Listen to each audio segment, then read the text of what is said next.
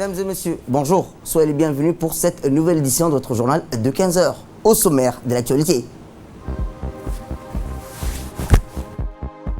Dans l'actualité nationale, 7 nouveaux cas ont été détectés aujourd'hui dans le pays.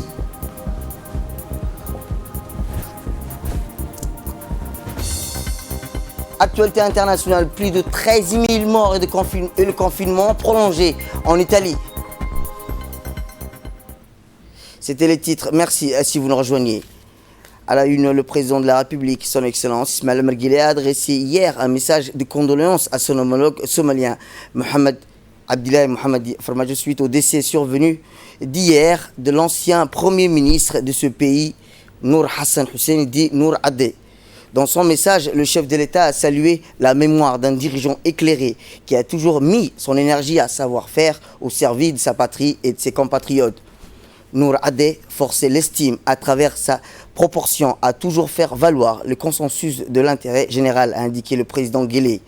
On se souviendra longtemps du rôle prépondérant qui fut le sien lors des négociations de paix entre son gouvernement et les autres protagonistes politiques de la Somalie des années 2017 et 2009, a souligné le président de la République. Le peuple et le gouvernement de Djibouti se joignent à moi pour exprimer leurs condoléances attristées et l'expression fraternelle de leur compassion et sympathie de la nation sœur somalienne dans l'épreuve de la disparition de l'ancien Premier ministre Nour Adé, a poursuivi le chef de l'État. Âgé de 82 ans, Feu Nour Adé a eu une carrière professionnelle très remplie. Il est décédé hier à Londres, en Grande-Bretagne, au terme de plusieurs jours d'hospitalisation où il avait contracté le Covid-19.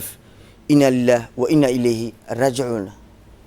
Je vous le disais dans le titre, le secrétaire général du ministre de la Santé a tenu un point de presse qui sera tenu chaque jour en fonction de l'évolution de la situation. Voici ses propos.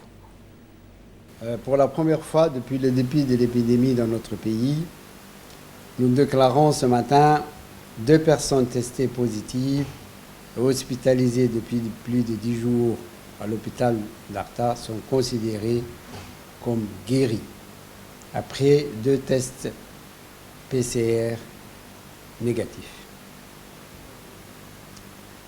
Concernant la situation du jour de l'épidémie de Covid-19 à Djibouti, 204 tests ont été réalisés. 7 se sont révélés positifs, dont 6 de contact et 1 nouveau cas. 18 personnes restent toujours en quarantaine à l'hôpital Bouffar. Nous avons donc, depuis le début de l'épidémie, réalisé 1237 tests et le nombre total de personnes positives au Covid-19 sur le territoire national est porté à 40,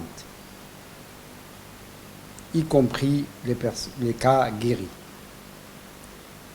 Cette maladie nous rappelle combien nous sommes vulnérables et dépendants les uns des autres. Le comportement responsable de chacun d'entre nous pourrait sauver des vies. Nous avons donc le devoir de rappeler toujours les gestes barrières, se laver les mains au savon très régulièrement, tousser et éternuer dans le pli du coude ou dans un mouchoir qu'il faut jeter immédiatement. Respecter une distanciation sociale de 1 mètre au moins. Désinfecter les surfaces de contact. Respecter le confinement et rester chez vous. Enfin, je voudrais rajouter que les personnes qui ont été testées au Covid-19 et qui se sont révélées négatives doivent impérativement terminer la quarantaine à domicile durant 14 jours. Toujours santé, des opérations de pulvérisation de grande envergure se poursuivent dans les quartiers de la capitale. Portant des masques et des gants, des hommes en tenue blanche ont aspergé des désinfectants les sols et surfaces libres. Des agents du ministère de la Santé ont procédé à la désinfection d'installations immobilisées urbains pour éviter la propagation du coronavirus.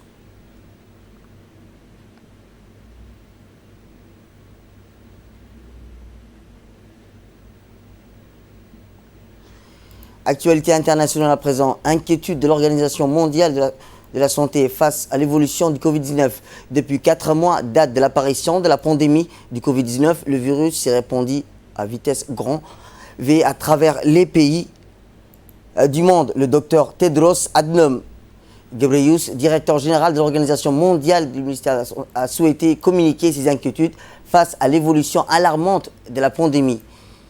L'OMS, la Banque mondiale, le Fonds monétaire international ont lancé conjointement un appel à l'allègement de la dette pour ces pays afin qu'ils puissent prendre soin de leur population. Plus de 900 000 personnes dans le monde sont infectées par le coronavirus. Le Covid-19 a fait plus de 46 000 morts à l'échelle internationale. Les États-Unis passent devant l'Italie et la Chine avec plus de 200 000 personnes infectées et 4 700 morts. Et en Italie, 727 nouvelles personnes ont succombé au Covid-19. Lors des dernières 24 heures en Italie, le nombre total des décès est de 13 000, selon le dernier bilan communiqué hier soir par le ministère italien de la Santé. Ces nombres dramatiques entretiennent toutefois l'espoir qu'il est en baisse. Hier, les autorités italiennes avaient en effet annoncé 837 nouveaux décès sur l'ensemble du territoire italien. Et 110 000 cas confirmés ont été répertoriés depuis le début de cette crise sanitaire à Rome. Et a également indiqué que les 4 000 personnes étaient toujours en soins intensifs hier soir. Le chef du gouvernement italien, Giuseppe Conte, a confirmé hier soir que les mesures de confinement imposées aux Italiens allaient durer au moins jusqu'au 13 avril prochain. C'est tout pour cette édition. Merci à vous de nous avoir suivis. Restez avec nous pour la suite de nos programmes télévisés.